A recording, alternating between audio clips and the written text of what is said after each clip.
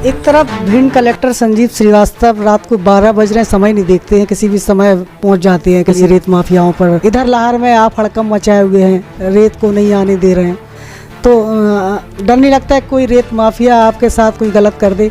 अगर घटना दुर्घटनाओं के बारे में सोचेंगे तो फिर हमें घर पे बैठ जाना चाहिए। कैसे काम होगा विकास का यदि रेत बंद रहा तो? देखिए उस पर प्रक्रिया चल रही है, अभी प्रक्रिया विचाराधीन है उस पर। सवाल, जिस तरीके से आप लोग रेत पे भी कार्रवाई कर रहे हैं, लेकिन आप पर आरोप है कि यहाँ लाहौर में अभी भी चोरी छुपके अवैध रेत उत्खनन हो रहा है। कई चोरी छुपके होता है। देखिए वो किराए में वो अपना काम कर रहे हैं, हम अपना काम करेंगे।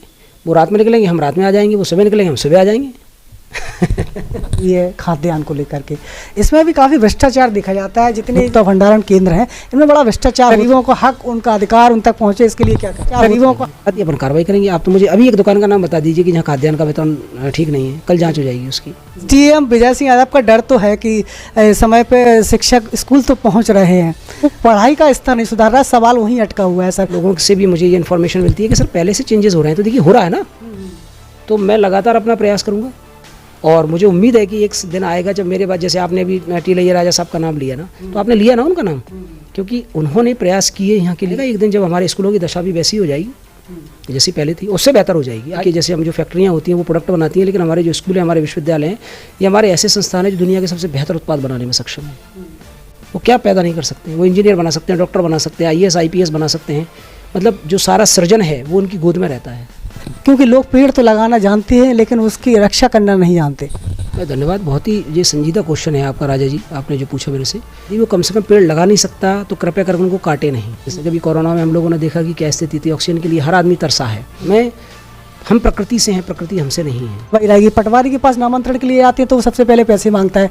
विजय सिंह यादव का डर तो है, लेकिन कहीं ना कहीं चोरी छुपके से फिर भी पैसे ले लिए जाते हैं। इस भ्रष्टाचार को खत्म करने के लिए क्या देखिए, और इस प्रकार के भ्रष्ट कर्मचारी अधिकारियों के ऊपर लगातार कार्रवाइयाँ भी हो रही हैं, आप देख रहे हैं। आगे भ्रष्टाचार विभाग में भी रिश्वत का सिलसिला माना जाता है और राजस्व विभाग में भी रिश्वत का सिलसिला देखा जाता है। बिल्कुल, देखिए कहीं ना कहीं कुछ लोग ऐसे रहते हैं, जो भी गलत होगा उस पर कार्रवाई होगी और होनी चाहिए। आपको कैसे खरीदा जाए?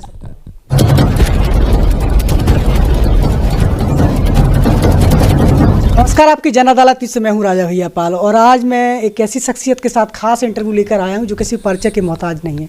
आज हम ही नहीं बल्कि उनकी कार्रवाइयों से लगातार लाहौर परिचित है। इस समय हमारे साथ लाहौर SDM विजय सिंह यादव जुड़ रहे हैं और उनसे तमाम सवालों पर चर्चा करेंगे जो आपके सवाल हो सकते हैं, जो इस सिस्टम को सुधार करने के लिए काफ़ी सवालों के जवाब आज आपके सामने होंगे।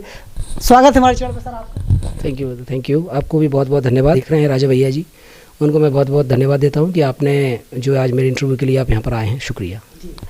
पहला सवाल करना चाहेंगे जो कि हर IPS IAS और लगातार हम उन मोटिवेशन प्रेरक से इंटरव्यू करते हैं जिनसे आपको मोटिवेशन मिलेगा। कैसी रही आपकी जर्नी और जिस तरीके से आप जिस मुकाम पर बैठे हैं, जो आपने PSC पर आपका सिलेक्शन हुआ है, कैसा रहा आपका? MSc बृहस्पति शास्त्र में मैंने कंप्लीट किया और उसके बाद में मैंने B.Ed किया और फिर मैं शिक्षक रहा लेक्चर वर्ग 1 में। 6 वर्ष मैंने शिक्षा विभाग में मेरा मदर डिपार्टमेंट कह सकते हैं आप, तो उसमें मैंने अपनी सेवाएं दी। उसके बाद मैं MPPSC के थ्रू 2012 में परियोजना अधिकारी महिला बाल विकास के पद पर चयनित हुआ, जिसमें मैंने 5 वर्षों तक अपनी सेवाएं दी। और 2018 में पुनः राज्य सेवा के माध्यम से मैं डिप्टी कलेक्टर के पद पर चयनित हुआ हूँ और आज यहाँ SDM के तौर पर लाहौर में अपनी सेवाएँ दे रहा हूँ। लक्ष्य था कि SDM बनेंगे आप?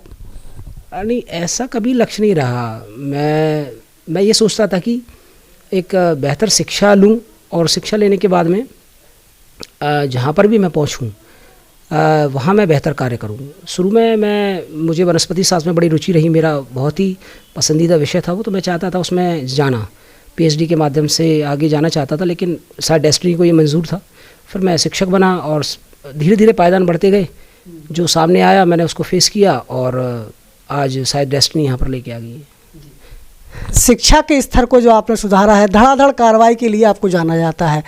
स्कूलों में शिक्षक समय पर नहीं पहुंचते थे, आज जब से आपने यहाँ पदस्थापना लाहौर में हुई है, लगातार शिक्षक रूटीन समय पर स्कूल पहुँचते हैं।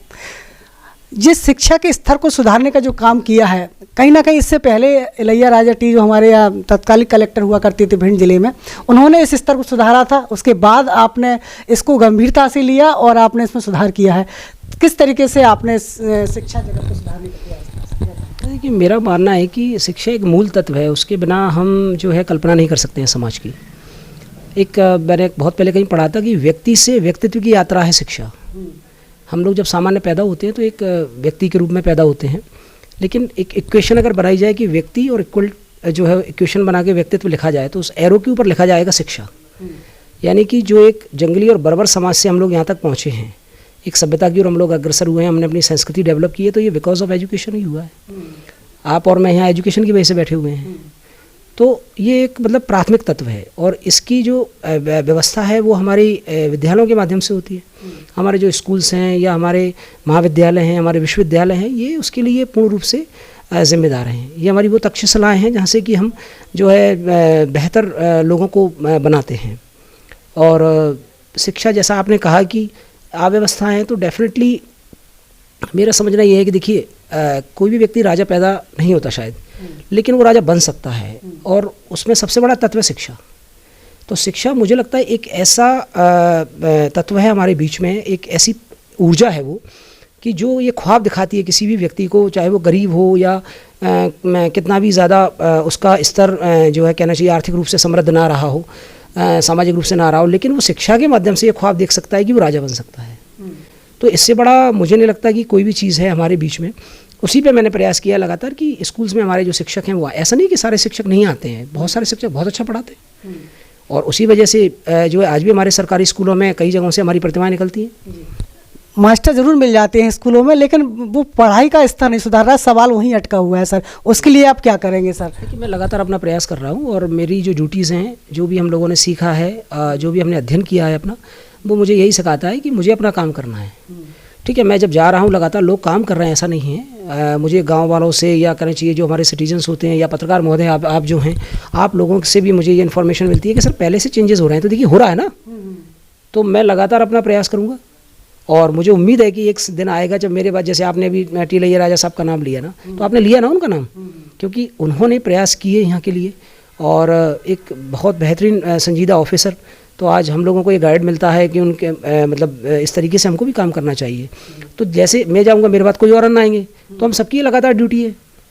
तो लगातार अगर अपन काम करेंगे तो समय आएगा एक दिन जब हमारे स्कूलों की दशा भी वैसी हो जाएगी जैसी पहले थी, उससे बेहतर हो जाएगी। आज हमारे पास बहुत सारे रिसोर्सेज हैं। पहले एजुकेशन नहीं होती थी, हम केवल पहले ब्लैक बोर्ड पे पढ़ाते थे। आज हमारे पास में वर्चुअल एजुकेशन आ गई है, हम वर्चुअल थ्रू बच्चों को पढ़ा सकते हैं। बेहतर लैब है हमारे पास में, गवर्नमेंट जो है लगातार एग्जाम ले रही है, उनसे बच्चे सेलेक्ट होकर आ रहे हैं हमारे पास में। तो मैं ऐसा समझता हूँ कि हमारे पास कहीं भी मानव संसाधन की कोई कमी नहीं है, कोई चैलेंज नहीं है, केवल इच्छा शक्ति की हमको आवश्यकता है। बहुत आसान काम है ये। हाँ, जितना आपका जो कार्यकाल रहा है उस कार्यकाल को देखा जाए तो अब तो शिक्षा के स्तर से रिजल्ट इस बार अच्छा आना चाहिए सभी संस्थान स्कूलों का। मैं उम्मीद करता हूँ, देखिए कि मेरा संदेश है ये सभी शिक्षकों के लिए कि बहुत ही जो है एक ऐसा पद है ये कि इसकी बराबरी नहीं हो सकती है। देखिए, हम जो भी देश को देते हैं, ये सबसे बड़े उत्पाद सेंटर हैं हमारे विश्व के। जैसे हम जो फैक्ट्रियाँ होती हैं वो प्रोडक्ट बनाती हैं, लेकिन हमारे जो स्कूल हैं, हमारे विश्वविद्यालय हैं, ये हमारे ऐसे संस्थान हैं जो दुनिया के सबसे बेहतर उत्पाद बनाने में सक्षम है। वो क्या पैदा नहीं कर सकते हैं, वो इंजीनियर बना सकते हैं, डॉक्टर बना सकते हैं, IAS IPS बना सकते हैं। मतलब जो सारा सृजन है वो उनकी गोद में रहता है। नकल माफियाओं पर भी काफ़ी नकल कसी है इस बार आपने लाहौर में। देखिए, नकल एक दंश है, और मैं ऐसा समझता हूँ जब हमारे पास अक्ल है तो हम क्यों नकल को प्रमोट करें। आज हमारे पास वर्चुअल एजुकेशन आ गई है, बच्चे जो है मोबाइल के थ्रू पढ़ सकते हैं, नेट के थ्रू पढ़ सकते हैं, कहीं जाने की ज़रूरत नहीं है उनको। पहले एक ज़माना था कि भाई कोई इंदौर पढ़ने के लिए जा रहा है या कोई दिल्ली पढ़ने के लिए जा रहा है, अभी भी जाते हैं बच्चे, बट आज हमारे पास में बहुत सारे रिसोर्सेज हैं। मैंने अपनी खुद की इंटरव्यू की तैयारी पूरी जो है ऑनलाइन की थी, तो बड़ा आसान हो गया ये। तो अब ऐसे में जो नकल माफिया, जैसा आपने कहा कि नकल पे नकेल तो बहुत ज़्यादा ज़रूरी है। नकल से उन बच्चों का पूर्ण रूप से हमने उस बच्चों को डिस्ट्रॉय कर दिया जो अपने बुद्धि का इस्तेमाल कर सकता था। तो वो जो मैंने कार्रवाई की वो मेरा कर्तव्य था, कोई ऐसा उसमें विशेष काम नहीं है, ड्यूटी है हमारी कि जहाँ भी कहीं गलत होगा उसको जो है सही करेंगे। जब से भिंड कलेक्टर संजीव श्रीवास्तव जी आए हैं, पटवारियों को अपने मुख्यालय पर पहुंचने का गारंटी तो तय हो चुकी है कि पटवारी मुख्यालय पर ही मिलेंगे। अब तक जितने पटवारी हुआ करते थे या तो वो ग्वालियर से पटवारी करते थे या भिंड से पटवारी करते थे, कभी कभी आते थे। अब समय पर मुख्यालय पहुंच गए हैं। आपने भी लगातार लगभग 17 से 18 पटवारियों को सस्पेंड कर दिया। तो ये जुनून आपके पास आता कहाँ से है? देखिए, शासन की एक व्यवस्था है और उस व्यवस्था में जो भी व्यक्ति है, चाहे वो मैं हूँ या कोई भी हो, कोई कर्मचारी, हम लोग, हमारा काम है सेवक जो बोला जाता है। लोक सेवक का मतलब होता है कि जनता की सेवा करने के लिए हम लोगों को तैयार रहना चाहिए। तो कार्रवाई जो है एक उस व्यक्ति के लिए है जो व्यक्ति काम नहीं करेगा। तो ये नियम में है, जो हमारे नियम बने हुए हैं, अगर वो व्यक्ति नहीं आएगा या काम नहीं करेगा तो उसको दंडात्मक कार्रवाई उसको झेलनी पड़ेगी। तो उसमें चाहे वेतन काटने का हो, मैंने वेतन राजसात किया है और कलेक्टर साहब के मार्गदर्शन में लगातार जो है हम प्रयास कर रहे हैं कि जो भी हमारे कर्मचारी हैं वो टाइमली पहुँचें, लोगों को जो भी जनसेवा उनका लाभ दें। तो मैं उम्मीद कर रहा हूँ कि पहले से सुधार हुआ है और आगे और भी सुधार करेंगे, जो कमियाँ उनको रेक्टिफाई करेंगे। तो इस समय भिंड कलेक्टर संजीव श्रीवास्तव, लाहर एसडीएम विजय सिंह यादव, ये दो जोड़ी ऐसी हैं जो राजस्व विभाग में इस समय हड़कंप मचा हुआ है। पटवारियों को डर लगता है कि कब पता नहीं कब सस्पेंड हो जाए, तो लगातार मुख्यालय पे पहुंच रहे हैं। मुझे उम्मीद भी है कि इस साक्षात्कार को देखते हुए हमारे पटवारी सभी जागरूक होंगे। एक सवाल ये निशान लगता है आपके राजस्व विभाग में, भ्रष्टाचार को भी देखा जाए तो भ्रष्टाचार भी बहुत होता है। आप मानते हैं कि राजस्व विभाग में भ्रष्टाचार है? देखिए, मेरा ऐसा समझना है कि ये व्यक्तिगत समस्या है एक्चुअली। ये इसको मतलब 360 पर नहीं देखना चाहिए। कुछ लोग होते हैं जो इस प्रकार के लिप्त हो सकते हैं, उससे डिनाई नहीं किया जा सकता है। तो उन पर कार्रवाइयाँ हो रही हैं लगातार। लोकायुक्त तो अपना काम कर रहा है। आज कई संस्थाएं ऐसी हैं जहाँ लोग शिकायत करते हैं, हमारे पास शिकायतें आती हैं तो हम वेतन काटते हैं, ठीक है, सस्पेंड करते हैं उनको, असंचयी प्रभाव से संचयी प्रभाव से वेतन वृद्धियाँ रोकने का काम किया जाता है, ठीक है ना, या उनको जो है कार्यालय में अटैच कर दिया जाता है। तो जो भी दांडिक प्रक्रिया या कहना चाहिए नियम बने हुए हैं इस प्रकार के कर्मचारियों पर कार्रवाई करने की, वो हमारी सीमा में, मतलब पर्टिकुलर मेरी मैं बात करूं तो जो मेरी परिधि में आता है मैं कार्रवाई डेफिनेटली करता हूं। जब से आप बैठे जब से तो डर रहता है पटवारी को कहीं सस्पेंड ना हो जाऊं, रिश्वत लेने से पहले 10 बार सोचते हैं इस बार। देखिए, अच्छी बात है, आपके माध्यम से मुझे ऐसा सुनने को मिल रहा है कि डर रहता है। मेरा ऐसा समझना है कि सभी जो है बच्चे पढ़ कर आते हैं, एग्ज़ाम निकाल कर आते हैं, तो ये एक मतलब स्वयं का विषय है। उनको खुद पता होता है कि उन्हें क्या करना चाहिए। बहुत सारे पटवारी बहुत अच्छा भी कर रहे हैं हमारे, ऐसा नहीं है कि कुछ अगर जो है कहीं कोई कमी है तो उस पर अपन कार्रवाई करते हैं। लेकिन बहुत सारे पटवारी ऐसे हैं जो लगातार क्षेत्र में सक्रिय हैं। अभी जैसे सीएम जन कल्याण शिविर चल रहा है तो उसमें लगातार जो है बहुत सारे एट्रीब्यूट्स पर आप जानकारी लेंगे तो आपको पता लगेगा कि उसमें बहुत सारे एट्रीब्यूट्स पर काम हुआ है। कलेक्टर साहब के मार्गदर्शन में हम लगातार प्रयास कर रहे हैं कि ज़्यादा से ज़्यादा लोगों को जो पात्र हैं उनको लाभ दिया जा सके। तो ये किसके माध्यम से होता है? हमारे अमले के माध्यम से ही होता है। तो जो लोग अच्छा काम कर रहे हैं उनका रिफ्लेक्शन आता है, जो लोग गलत काम करते हैं उन पर कार्रवाई होती है। देखा जाए तो आप दिव्यांग भी हैं, इसके बाद भी आप उन सभी फिजिकल चैलेंजेस को पार करते हुए आप पता नहीं कब पहुंच जाते हैं कार्रवाई करने के लिए। पता नहीं कब किस समय स्कूल में पहुंचते हुए देखे जाते हो, पता नहीं किस रेत माफिया के यहाँ कार्रवाई करते हो। हमको प्रदाय किए उन शक्तियों के अंतर्गत हम कार्य करते हैं। और रही बात, जैसा आपने कहा कि दिव्यांगता है, तो दिव्यांगता देखिए मानसिक होती है। जब आपके अंदर वो शिक्षा है, आपके अंदर वो कार्य करने के लिए एक जज्बा है, आप जो है अपने काम को लेके इंटीग्रिटी रखते हैं, ठीक है, और जब आप ये सोचते हैं यार कि मेरे को लगातार अच्छा कार्य करना है और कोई मेरा मूल्यांकन करे ना करे, मुझे स्वयं का मूल्यांकन करना चाहिए, या हर व्यक्ति को अपने स्वयं का मूल्यांकन करना चाहिए, है ना। शासन से हम लोग वेतन पाते हैं ना इसके लिए। तो जब हम वेतन पा रहे हैं, हमने इसी के लिए पढ़ाई की, इसी के लिए तैयारी की और इसके लिए आज यहाँ पर आकर बैठे हैं, तो फिर भय का तो कोई काम ही नहीं है, रही बात। और दूसरी बात है कि कहीं भी पहुंचना होता है तो ये ड्यूटी है अपनी कि जब स्कूल खुले तो स्कूल खुलना चाहिए। जब कहीं कोई अवैध उत्खनन कर रहा है तो अवैध उत्खनन पर कार्रवाई होना चाहिए। कोई ऑफिस में काम नहीं हो रहा है तो वहाँ भी हमारी नज़र होनी चाहिए। तो मुझे ऐसा कभी नहीं लगा कि किसी प्रकार की कोई बाधा है, आज दिनांक तक तो मुझे नहीं लगा ऐसा।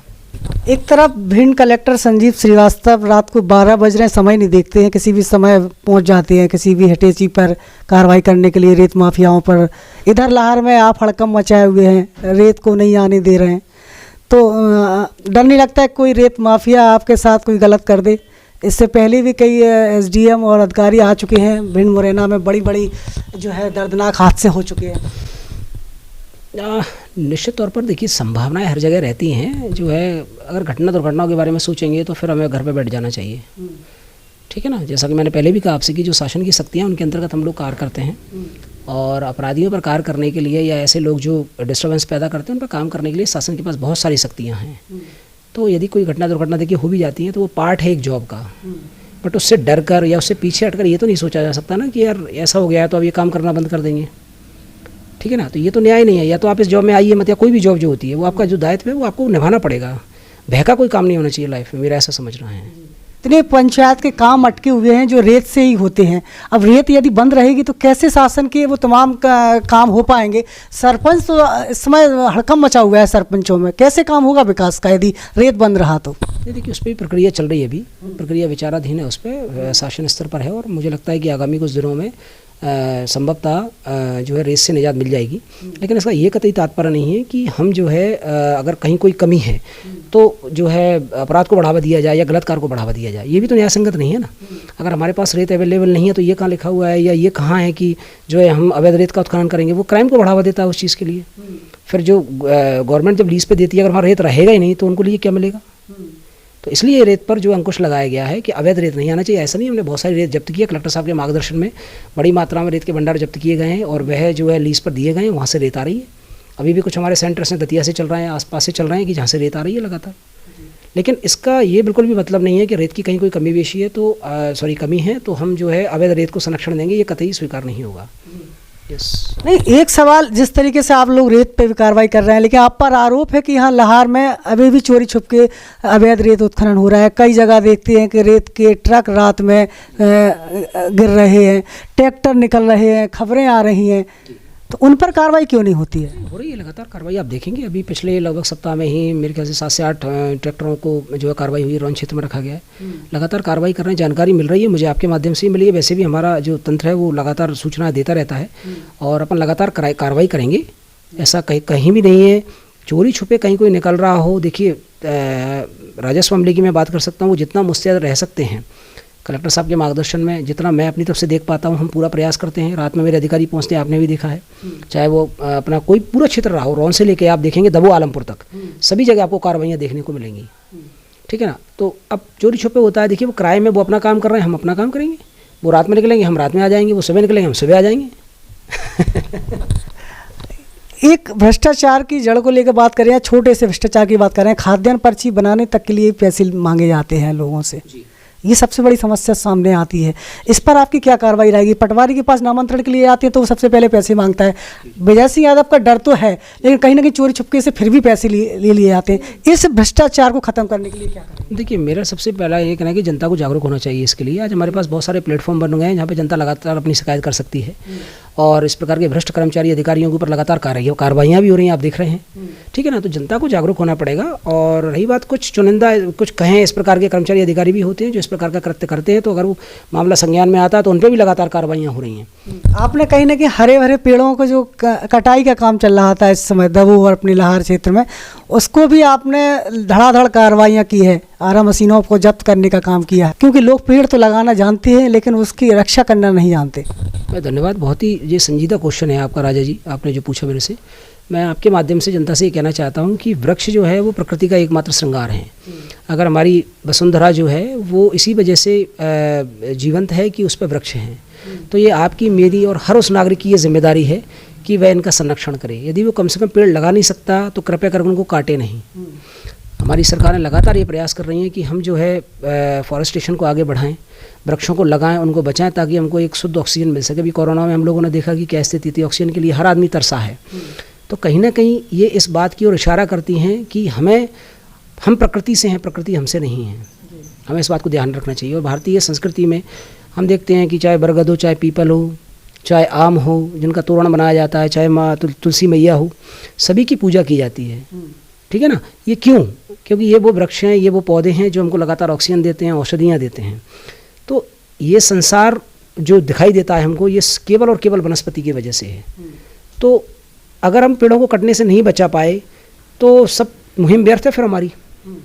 तो जो अवैध, जैसा आपने जो प्रश्न उठाया कि अवैध जो आरा मशीनें चल रही थी, इनके पास जो है लाइसेंस नहीं थे या उनके लाइसेंस रिजेक्ट हो चुके थे, तो प्राइवेट लैंडों से लकड़ियाँ कट के आ रही थी, उनके पास कोई टीपीज़ नहीं थी। तब जब इस बात की तस्दीक की गई तो ये निकल कर आया कि ये एक अवैध व्यवसाय चल रहा है, काफ़ी बड़े पैमाने पर चल रहा है और उसमें बरसों से चल रहा था, अब तक किसी एसडीएम ने कोई कार्रवाई नहीं की थी। अब जी देखिए, मुझे जो लगा कि यार ये मेरा विषय है और ये फॉरेस्ट के विषय है वैसे एक्चुअली, बट मुझे लगा कि मुझे कार्रवाई करना चाहिए इस पर। और पर्यावरण से जुड़ा हुआ मुद्दा बहुत ही संजीदा मुद्दा है। मतलब बहुत सारे मुद्दे होंगे दुनिया में बड़े बड़े, बट उनमें उनको भी मापा जाए तो उनमें ये मेरे ख्याल से सबसे बड़े मुद्दों में से एक है। तो ये मुहिम तो लगातार चलेगी और वृक्षों का संरक्षण करेंगे, क्योंकि एक पौधा आप लगा सकते हो निश्चित तौर पर लगाना भी चाहिए, लेकिन पहले हम उसको तो बचाएं जो 50 साल और 100 साल से लगा हुआ है, ठीक है ना। उसकी कोई गारंटी शायद नहीं है जो भी लगाया जा रहा है, लेकिन वो तो खड़ा हुआ है, तो वो लगातार आज ऑक्सीजन दे रहा है, हमारे इकोसिस्टम में एक रोल प्ले कर रहा है। कितने जीव जंतु पशु पक्षियों या कहें कि सूक्ष्म जीवों का घर है वो, तो मतलब एक बहुत बड़ा विषय है ये, इस पर कितनी भी चर्चा की जा सकती है। तो सारगर्भित केवल इतना सही है कि हम वृक्षों को बचाएं, जंगलों को बचाएं, तभी हमारा अस्तित्व सुरक्षित रहेगा, अन्यथा ये सब कवायद बेकार हैं, रखना है। लाहौर में क्या चैलेंजेस आपके सामने आते हैं? मुझे ऐसा कोई चैलेंज नज़र नहीं आया लिटरली, हाँ, मुझे ऐसा कोई चैलेंज नज़र नहीं आया है। मुझे यही नज़र आता है बस कि जो हमारी दैनिक हमारे कार्य हैं सभी विभागों के, वो अच्छे से हो जाएं, जो भी जिसका उत्तरदायित्व है वो अच्छे से करे, कोई चैलेंज नहीं है। अधिकारी टाइम पे आए, अपना काम देखे, जो भी उसके काम है कोई पेंडेंसी ना रखे, लगातार कोशिश करे अपग्रेड करने की अपने आप को, जनता की नब्ज़ को पकड़े, समाज की समस्याओं को फील करे, हो जाए बड़ा।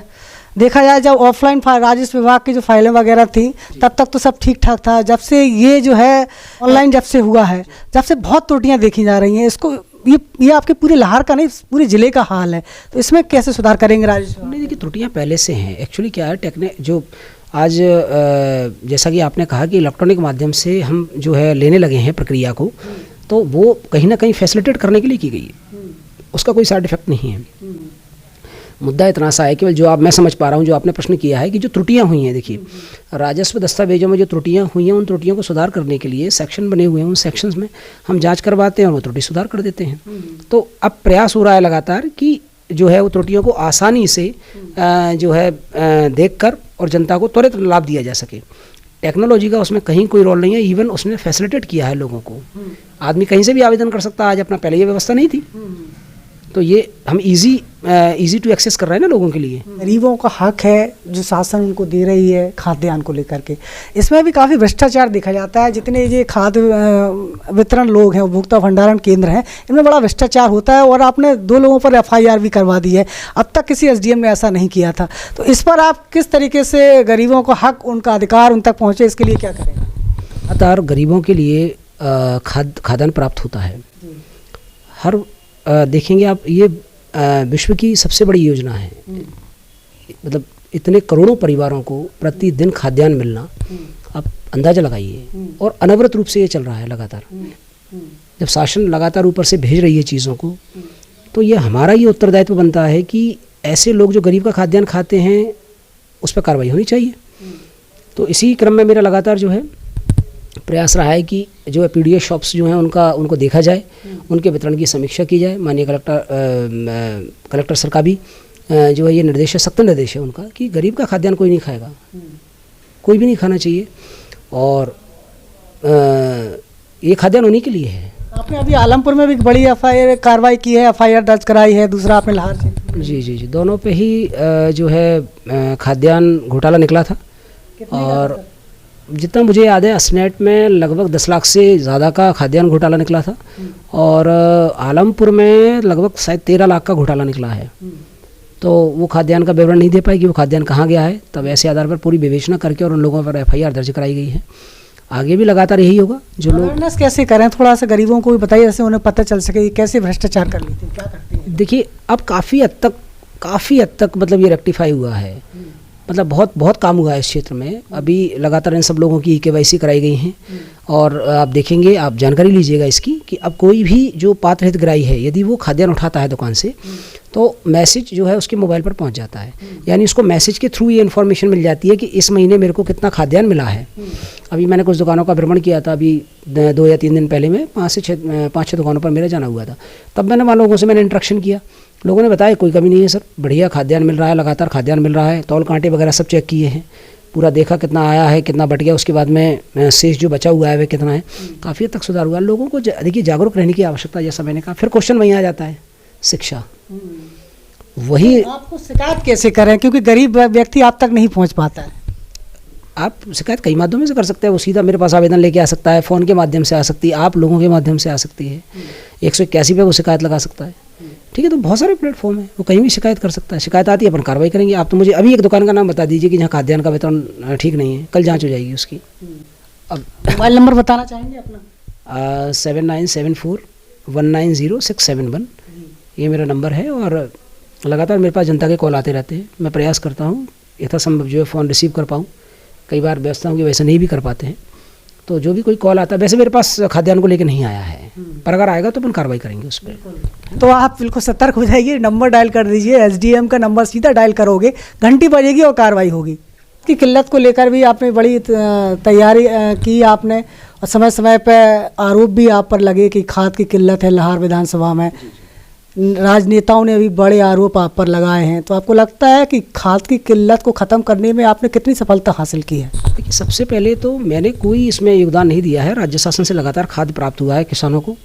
आप सभी पत्रकारों बंधुओं का भी मैं धन्यवाद देता हूँ हृदय से। आप सभी लोगों ने उन खबरों को बड़े ही उससे उठाया। जहाँ कुछ कमियाँ थी वो भी आपके माध्यम से पता लगी, जहाँ बेहतर हो रहा था वो भी आपके माध्यम से पता लगा। मेरे पास तो मैं जितना कहूँ, मतलब मुझे ध्यान है कि कोई भी किसान शायद इसलिए नहीं आया कि सर हमको खाद नहीं मिल रहा है। हाँ, बट वितरण में थोड़ी बहुत समस्या हो सकती है, क्योंकि देखिए एक प्रोसेस टेक्निकलिटी होती है पूरा, कब गाड़ी आ रही है, उसकी लोडिंग अनलोडिंग होना है, उनके कुछ अपने बिंदु रहते हैं। लेकिन जितना हम प्रयास कर सकते थे, मेरे सभी अधिकारियों ने, हमारे पुलिस प्रशासन ने, सभी अधिकारी मेरे कर्मचारी लगे रहे लगातार। आपने खुद देखा है कि दबो आलमपुर में हमने 11 बजे तक रात के लगभग खाद बंटवाने का कार्य किया है।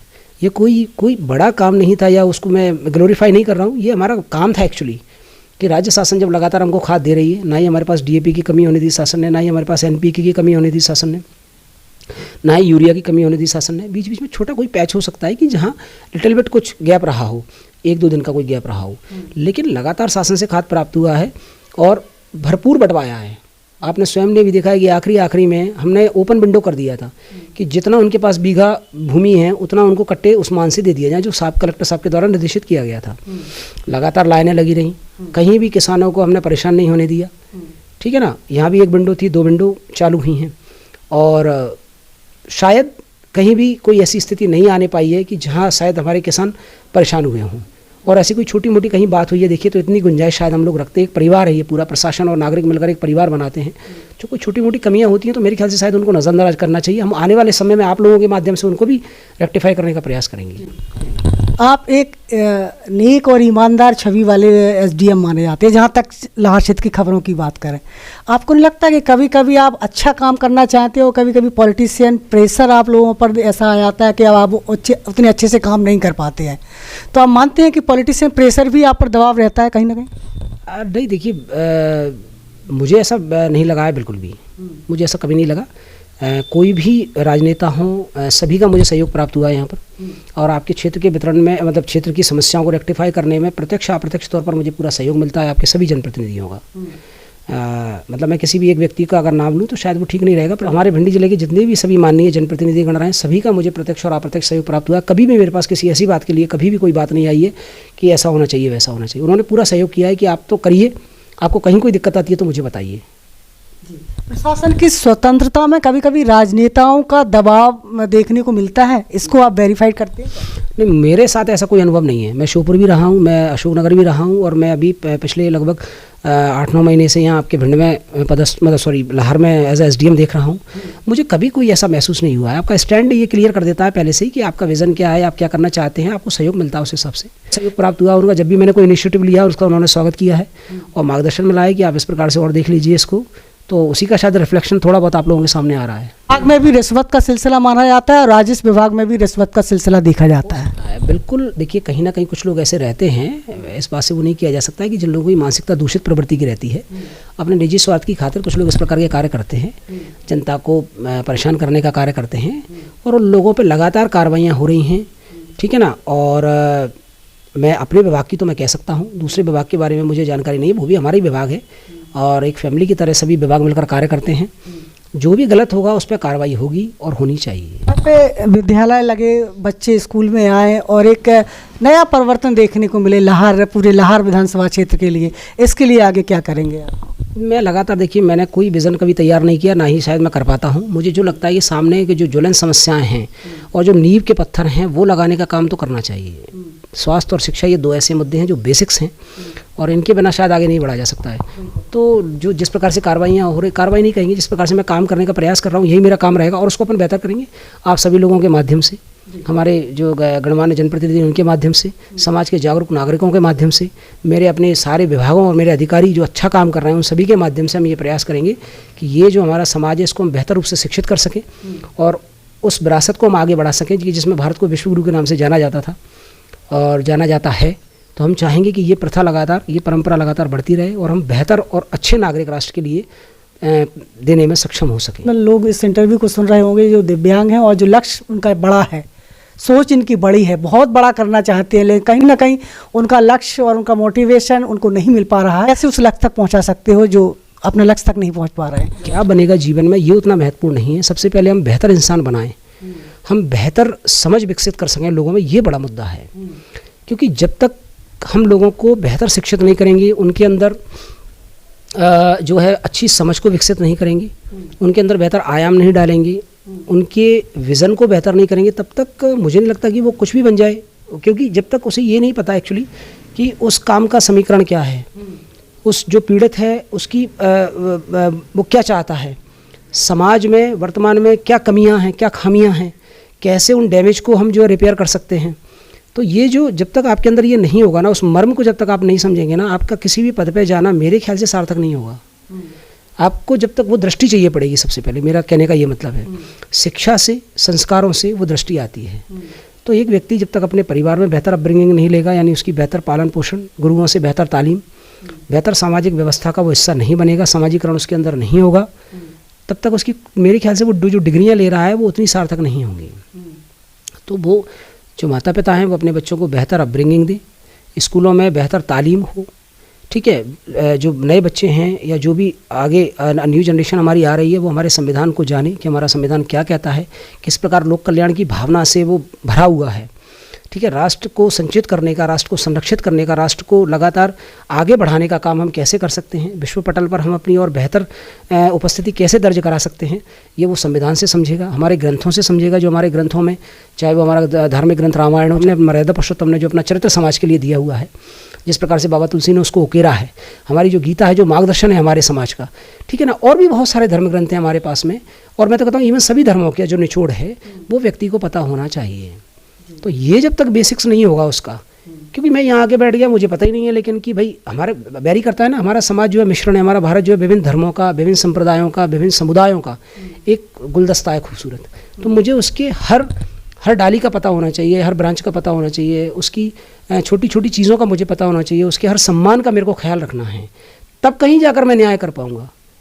शिक्षा केवल आपको ये बताती है, देखिए सूचनाएं देती है वो हमको, जैसे किताब हम जो पढ़ते हैं, मेरे ख्याल से, मतलब ये मेरा निजी विचार है, सूचना देती है हमको किताब कि आपको बाजार से हेलमेट खरीदना चाहिए, ये सूचना ये पढ़ा हुआ मिल जाता है। ज्ञान ये है कि ना ही केवल मैं हेलमेट खरीदूं बल्कि मैं लोगों को जागरूक करूं कि वो भी हेलमेट लें, ताकि वो उनके जीवन को सुरक्षित कर सकें। ना ही केवल मैं पेड़ लगाऊं, ये सूचना है कि मैं पेड़ लगाऊं। ज्ञान ये है कि मैं पेड़ को ना काटूं और लोगों को ये प्रेरित करूं कि वो भी वृक्ष लगाएं।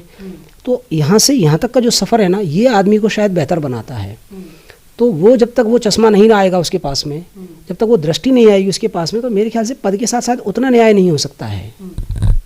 तो ये मैं समझता हूँ। बिल्कुल बिल्कुल, बहुत धन्यवाद। तो आपकी जन अदालत न्यूज़ के एक्सक्लूसिव इंटरव्यू में सबसे बड़ा इंटरव्यू लाहौर एसडीएम विजय सिंह यादव के साथ आपकी जन अदालत न्यूज़ में जो हुआ है, बहुत सा चर्चा की गई है जिनके प्रश्नों के जवाब आप जानना चाहते थे। किसी बड़ी शख्सियत के साथ इंटरव्यू में हाजिर होंगे, जुड़े रहिए आपकी जन अदालत न्यूज़ के साथ। और इस इंटरव्यू को सुनने के बाद आप अपनी राय हमें ज़रूर दीजिए, ताकि हम कुछ अच्छा कर सकें, हम और आप मिलकर। जुड़े रहिए हमारे साथ। नमस्कार, बहुत बहुत धन्यवाद हमारे साथ। Thank you Raja ji, thank you, बहुत बहुत शुक्रिया आपका।